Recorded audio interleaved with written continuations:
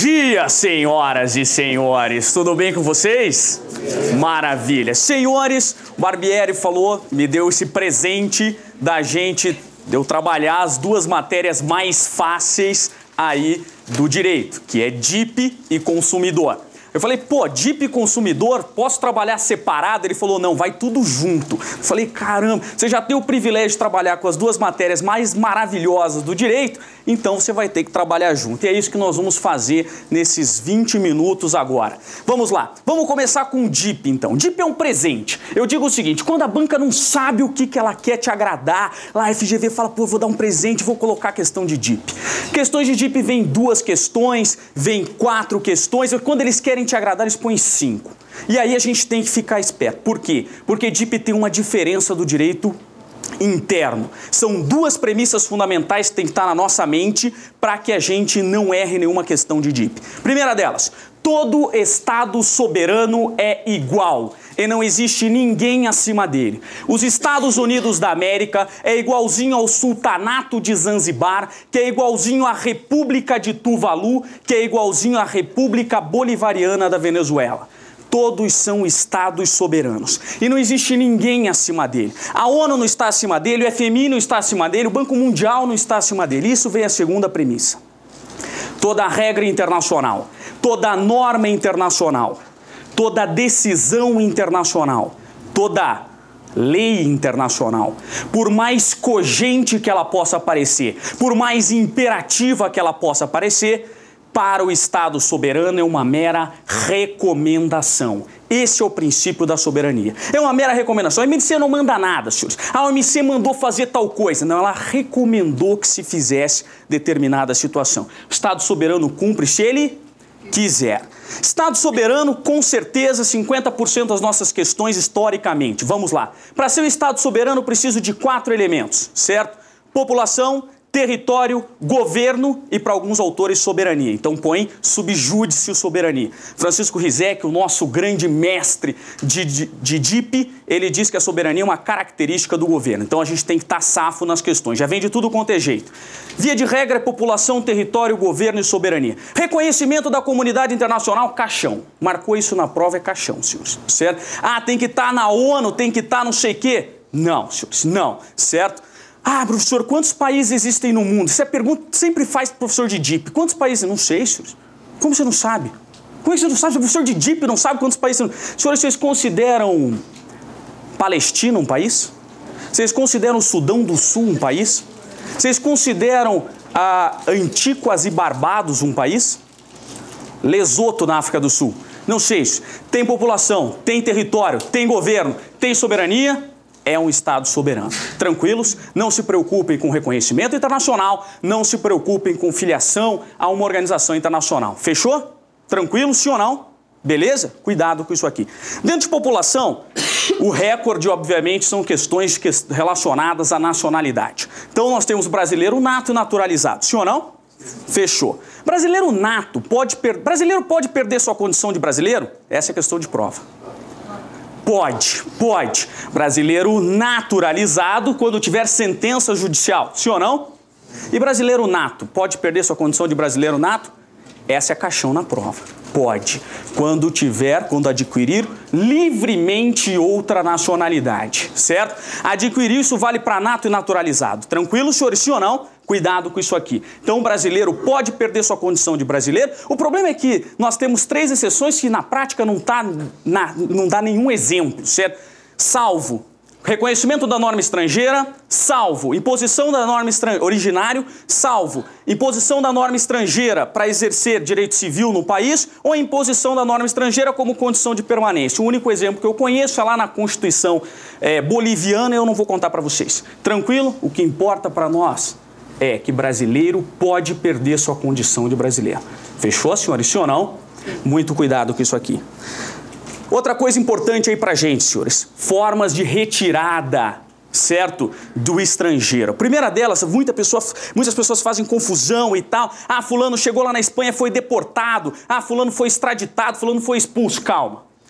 Primeira forma, impedimento de entrada. Impedimento de entrada. Você tem o visto americano, tá tudo certinho, se você não tiver o visto, você nem viaja, certo? É responsabilidade da companhia aérea não permitir que países que exigem visto, isso é regulamentado pela Organização da Aviação Civil Internacional. Então você tem o visto, por isso que a menina lá da companhia aérea pede o teu passaporte e visualiza o seu visto. Chegou nos Estados Unidos, por exemplo, o cara deixa você entrar. Beleza, te dá um carimbo e fica lá pelo tempo em que ele carimbou no seu passaporte. Caso ele não deixe você entrar, isso chama-se impedimento de entrada. Qual é o critério do impedimento de entrada? Os cornos.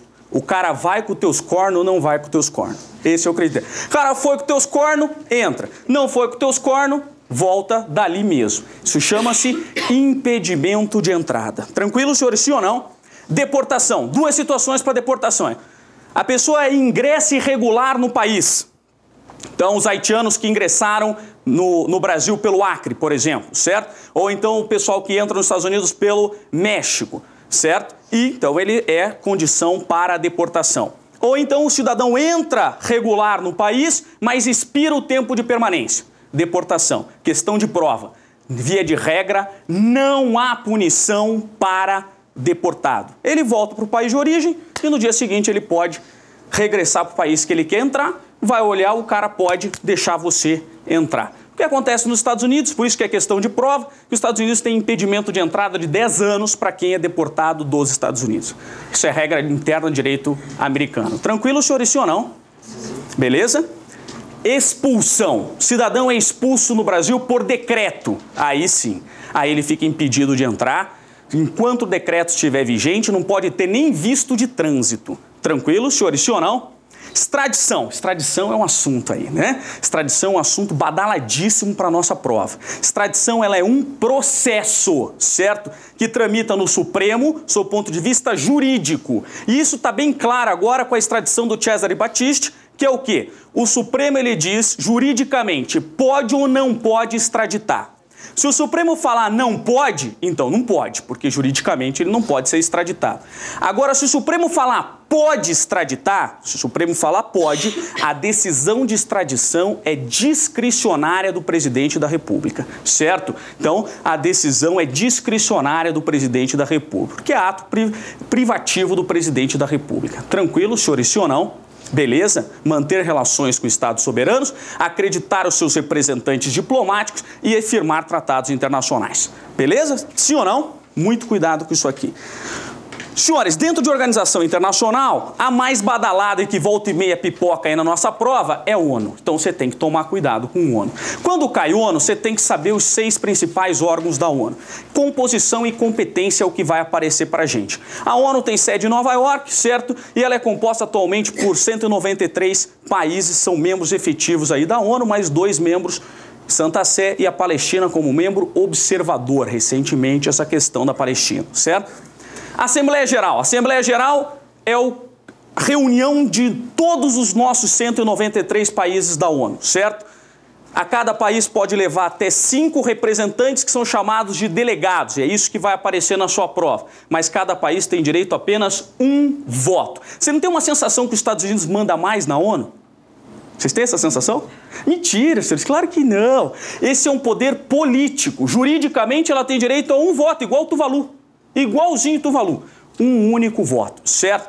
As reuniões ordinárias da ONU acontecem entre a segunda quinzena de setembro e a primeira quinzena de outubro e a Assembleia Geral é sempre badalado porque existe um país que faz a abertura da Assembleia Geral na ONU. Primeiro a discursar esse país é o Brasil. Brasil. Uma razão histórica, nós somos sempre o primeiro país a discursar. Não é o primeiro discurso é feito pelo secretário-geral ou pelo presidente da Assembleia Geral e o primeiro país a discursar é o Brasil, depois os Estados Unidos da América como país sede das Nações Unidas. Tranquilo?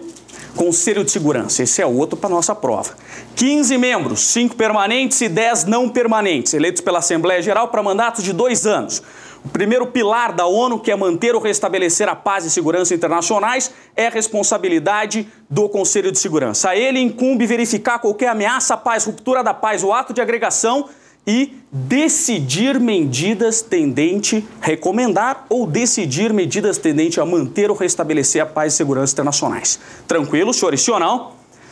Quem são os 5 membros permanentes das Nações Unidas? Os senhores conhecem. Quem ganhou a guerra em 1945 do lado azul da força? Estados Unidos, França e Inglaterra. Claro, se pegar o texto, está lá escrito Reino Unido da Grã-Bretanha e a Irlanda do Norte. Inglaterra, certo? Do lado vermelho da força, China e Rússia. 5 membros permanentes. Essa é questão de prova, senhores, certo? 5. Os demais são eleitos pela Assembleia Geral para mandato de 2 anos. Conselho Econômico e Social, ele é seu outro pilar das Nações Unidas. 54 países eleitos para mandatos de 3 anos. A cada ano eu troco 18, certo? É o pilar da ONU que cuida da melhoria da qualidade de vida, é o pilar da ONU que cuida da ideia de desenvolvimento social e tudo mais, certo? Conselho de tutela, esse aí quando cai questão na prova já caiu, esse é caixão e só você vai acertar. O Conselho de Tutela, ele serve para pegar os territórios que são tutelados nas Nações Unidas e levá-los à independência. O que acontece é que desde 1994, com a independência do Palau, não existe mais território tutelado nas Nações Unidas. Então o que acontece? O Conselho de Tutela está suspenso e ele coloca que está extinto. Caixão na prova. Ele está suspenso e ele é composto pelos 5 membros permanentes das Nações Unidas. Tranquilo, senhores? Sim ou não? Conselho Econômico... O Secretariado das Nações Unidas é a parte administrativa da ONU, chefiado pelo secretário-geral, eleito pela Assembleia Geral, mediante recomendação do Conselho de Segurança. Mandato de 5 anos, por sendo prorrogado por mais uma única vez, não podendo o próximo secretário-geral ter a mesma nacionalidade do anterior. Tranquilo? O atual é o Ban Ki-moon, sul-coreano, sucedeu o Kofi Annan, que era ganense. Tranquilo, senhores? Sim ou não? E a Corte Internacional de Justiça, 15 juízes eleitos pela Assembleia Geral, concomitante com o Conselho de Segurança. Ok? Mandatos de 9 anos, a cada 3 anos eu troco 5 juízes. Fechou? Tratados internacionais. 2 questões de tratados internacionais são badalados. Como que eles ingressam na legislação brasileira? Tratados internacionais sobre direitos humanos, recepcionados pelo quórum de 3/5 em 2 votações em cada casa. Emendas constitucionais, equivalentes às emendas constitucionais.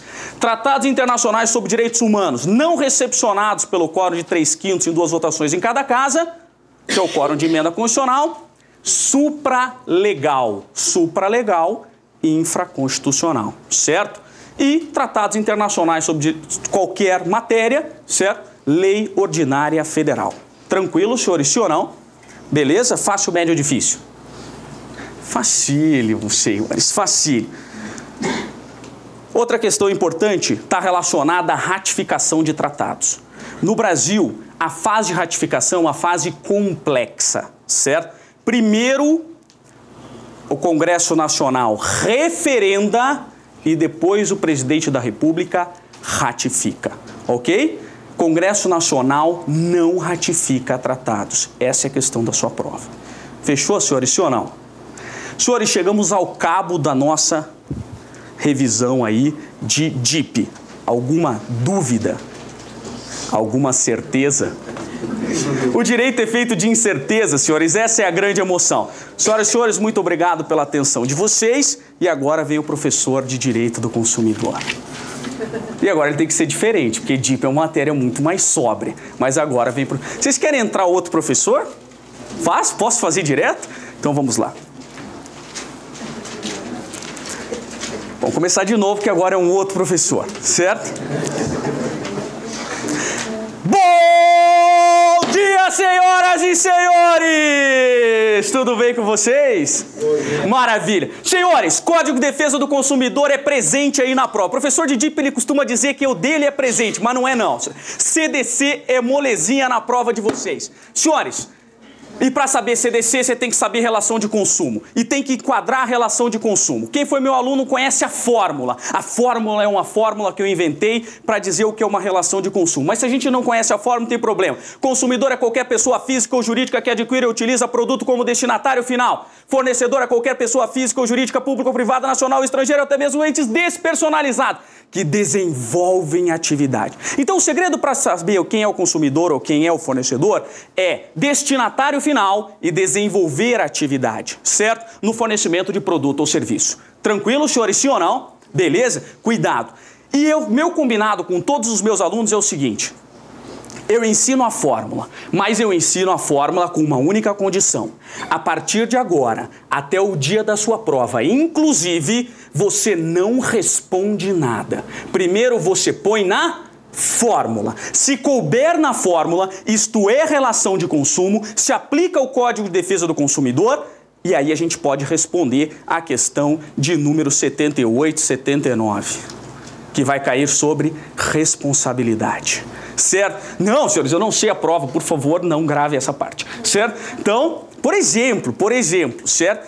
Responsabilidade, senhores, já foi 55% de todas as questões que caíram no OAB até hoje. Então a gente tem que saber. E a responsabilidade, ela se opera por fato ou por vício, certo? Fato ou vício. O que é o fato? Fato é algo mais grave. Escrevam aí. Fato é mais grave, porque atinge a vida, a saúde, a segurança, a integridade física do consumidor, ou seja, causa dano. Quem é responsável por fato? O fabricante, o produtor, o construtor, nacional ou estrangeiro e o importador.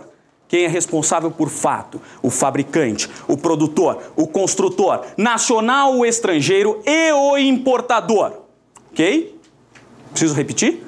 Então vou perguntar. Vamos lá. Você foi até a loja e comprou um celular.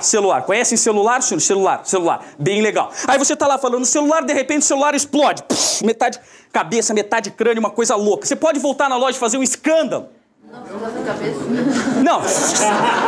Claro que você pode. Eu tô dizendo que você vai voltar, você vai inventar na hora da prova. Pode ou não pode?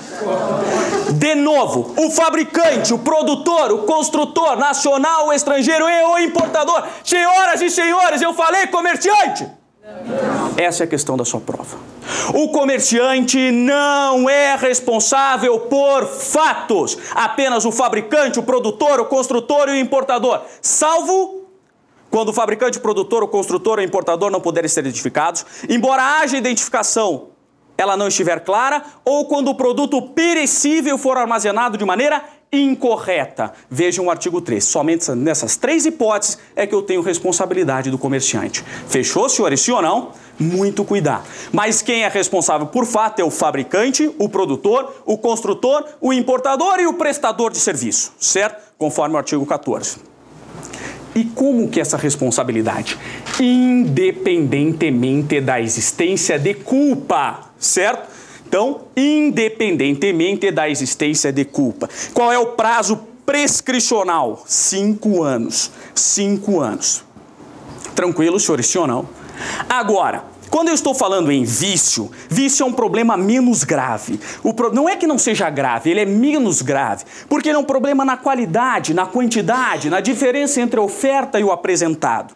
O vício, ele não é que ele não cause danos, mas ele não causa um dano como fato, certo? Por isso que, para entender um exemplo, não é o que é o problema que é um fato, um vício, e sim o que ele causa, certo? Então o celular explodiu, isso é um fato ou um vício? Sério, senhores? Quando vocês começarem a pensar com a mente insana de um advogado, senhores, todas as respostas são... Depende, não é assim? O advogado é o cara que você fica 1h30 perguntando para ele e responde depende. Não é assim? Porque depende, senhores, eu não sei. Certo? Vejam, o que causou a explosão do celular pode ter causado explosão na caixa e tal, não ficou nada. Isso é um vício. Agora, se ele explodiu metade cabeça, metade crânio, isso passou a ser, o que era um vício, passou a ser um fato. Você está andando lá com seu salto e tal, pelas ruas de Curitiba, meninas se quiserem, anda aqui quiser. Você está lá andando e tal, não sei o que lá, de repente o salto quebra, porque ele foi fabricado dentro, nós que somos da... ex-engenharia, né? Então tem uma forma de você calcular o ângulo de um salto e ele foi calculado errado, sei lá o quê, o salto quebra. Isso é um fato ou um vício? Depende. Se vier só isso na nossa questão, isso é um vício. Agora, se o salto quebra, você cai, o vício perfura sua barriga, o seu intestino até o seu rim. Aquilo que era um vício passou a ser um fato. Não é o que é o problema que é um fato ou um vício, sim o que ele causa. Quem é responsável por vício? Os fornecedores. Os fornecedores, todos da cadeia de consumo, todos. Então, o que diz o artigo 18? Os fornecedores são solidariamente responsáveis pelos vícios de qualidade e quantidade que os tornam impróprios ou inadequados ao consumo, que diminuem o valor, assim por aqueles decorrentes de disparidades e indicações com embalagem, vontade de forma. Ou seja, Qualidade, quantidade ou divergência entre a oferta. Quando eu tenho um vício, eu estou falando, via de regra, em troca. Eu posso chegar lá, o celular explodiu, ou qualquer outra coisa aconteceu, eu posso chegar lá e imediatamente trocar? Não. Não sendo o vício sanado no prazo máximo de 30 dias, aí pode o consumidor exigir alternativamente a sua escolha. O quê? A substituição do produto por outro de mesma espécie, sem os aludidos vícios. Então, se você for lá na loja e comprou um super, luper, mega, hiper, ferro, rosa, pink, cintilante, e ele parou de esquentar. Começou a gelar. Professor, não pode gelar um ferro. O ferro é meu, a aula é minha, ele faz o que eu quero, certo? Então, você começou a fazer forminha de gelo no ferro, senhor, certo? Beleza, é para isso que você quer um ferro de passar roupa? Não, você pode chegar lá na loja e eu quero trocar, eu paguei R$850 do ferro. Zero o seu. Zero o seu. Eu tenho o direito de tentar consertar no prazo de 30 dias. Agora, não sendo o vício sanado no prazo máximo de 30 dias, aí sim, pode o consumidor optar, pela troca do produto por outro de mesma espécie. Então, se você comprou um super, luper, mega, hiper, ferro, rosa, pink, cintilante, você tem que trocar por um super, luper, mega, hiper, ferro, rosa, pink, cintilante. Posso trocar por um azul? Não. Entenderam, senhores, sim ou não? Por outro produto de mesma espécie, sem os aludidos vícios. Ok? Agora, você pode também pegar o dinheiro de volta. Eu pego o dinheiro de volta e compro uma máquina de lavar louça. Zero o seu. Você pode trocar por um outro produto de mesma espécie. Agora, se você trocar pelo dinheiro, acabou a relação de consumo. Tranquilo? Porque eu preciso entender se isto... Por que às vezes as pessoas ficam... Por que será? Vamos entender a lógica da legislação. Por que eu só posso trocar por um ferro de mesma espécie? Porque eu preciso identificar se aquilo ali é um vício ou se é um defeito de fabricação. Porque se for defeito de fabricação, passa a ser um fato. Todos os ferros fazem a mesma coisa. Então passa a ser um defeito de fabricação. Entenderam, senhores, sim ou não? Então você pega a restituição e a restituição tem que ser imediata. Não é daqui a 15 dias, não é daqui a um mês. Imediata da quantia paga, monetariamente atualizada, sem prejuízo de eventuais perdas e danos. Cuidado que volta e meia a nossa questão vem dizendo assim, ao pegar o dinheiro, abre mão das perdas e danos. Falso. Falso. Sem prejuízo de eventuais perdas e danos. Ou então abatimento proporcional do preço. Isso também é possível. Qual é o prazo para você reclamar por vícios? O direito de reclamar pelos vícios aparentes ou de fácil constatação caduca em 30 dias, tratando de fornecimento de produto ou serviço não durável. 90 dias, tratando de fornecimento de produto ou serviço durável. Tranquilo, senhores, sim ou não? Beleza? Outro cuidado importante. Volta e meia pipoca na nossa prova questões de publicidade. E você tem que saber a diferença entre a publicidade enganosa e a abusiva, certo? A enganosa é aquela publicidade que te leva a erro, te dá uma falsa noção da realidade a respeito de qualquer característica, qualidade, preço, garantia, prazo de validade, qualquer coisa que pode ensejar, desde que seja um dado essencial, porque ela só será enganosa por omissão quando deixar de informar dado essencial. Então, quando o cara entra na sua casa e fala, quer pagar quanto? Quer pagar quanto? Já viram aquele cara muito louco? Sim ou não? E ele não fala que tem a parcela mínima, isso é enganosa. Sim ou não? Enganosa por omissão. E ela é grave, mas ela é menos grave, porque a abusiva é a publicidade discriminatória de qualquer natureza, que incita a violência, que explora o medo, a superstição, que se aproveita da deficiência de julgamento e experiência da criança, que desrespeita valores ambientais ou que seja capaz de instigar o consumidor a se comportar de forma prejudicial ou perigosa à sua saúde ou segurança. Então é a propaganda de cigarro, a propaganda de bebida, se ela não fosse regulamentada. Entenderam, senhores, sim ou não? É essencial que a gente saiba distinguir a publicidade enganosa da abusiva. Tranquilo, senhores, sim ou não? Arrependimento eficaz. Vai cair o arrependimento eficaz? O arrependimento eficaz é o quê? O consumidor pode desistir do contrato no prazo de 7, em homenagem a Dona Baratinha, senhores. Conhece a Dona Baratinha? A Narata diz que tem 7 saias. Por que a Dona Baratinha diz que ela tem 7 saias de filó? Por que ela não diz que ela tem 8 saias de filó? Por que ela não diz que tem 15 saias de filó? Por que ela não diz que ela tem 7 saias úteis de filó? Porque a dona Baratinha é mentirosa, senhores. 7 a conta de mentirosa. Ah, Barata disse que foi viajar de avião. Mentira da Barata, foi de caminhão. Ah, Barata disse que tem uma irmã pianista. Mentira da Barata, ela é vigarista. A dona Baratinha é mentirosa. Quando você desiste do contrato, o cara fala, mentiroso, você ia ficar com o meu produto e não vai. E o prazo é de 7 dias. A contar da assinatura do contrato ou do ato do recebimento do produto ou serviço, o que vier depois, se das duas tiver, sempre que a contratação de produto ou serviço ocorrer fora do estabelecimento comercial, especialmente por telefone ao domicílio ou pela internet. Tranquilo, senhores, sim ou não? Senhores, alguma dúvida? Alguma certeza?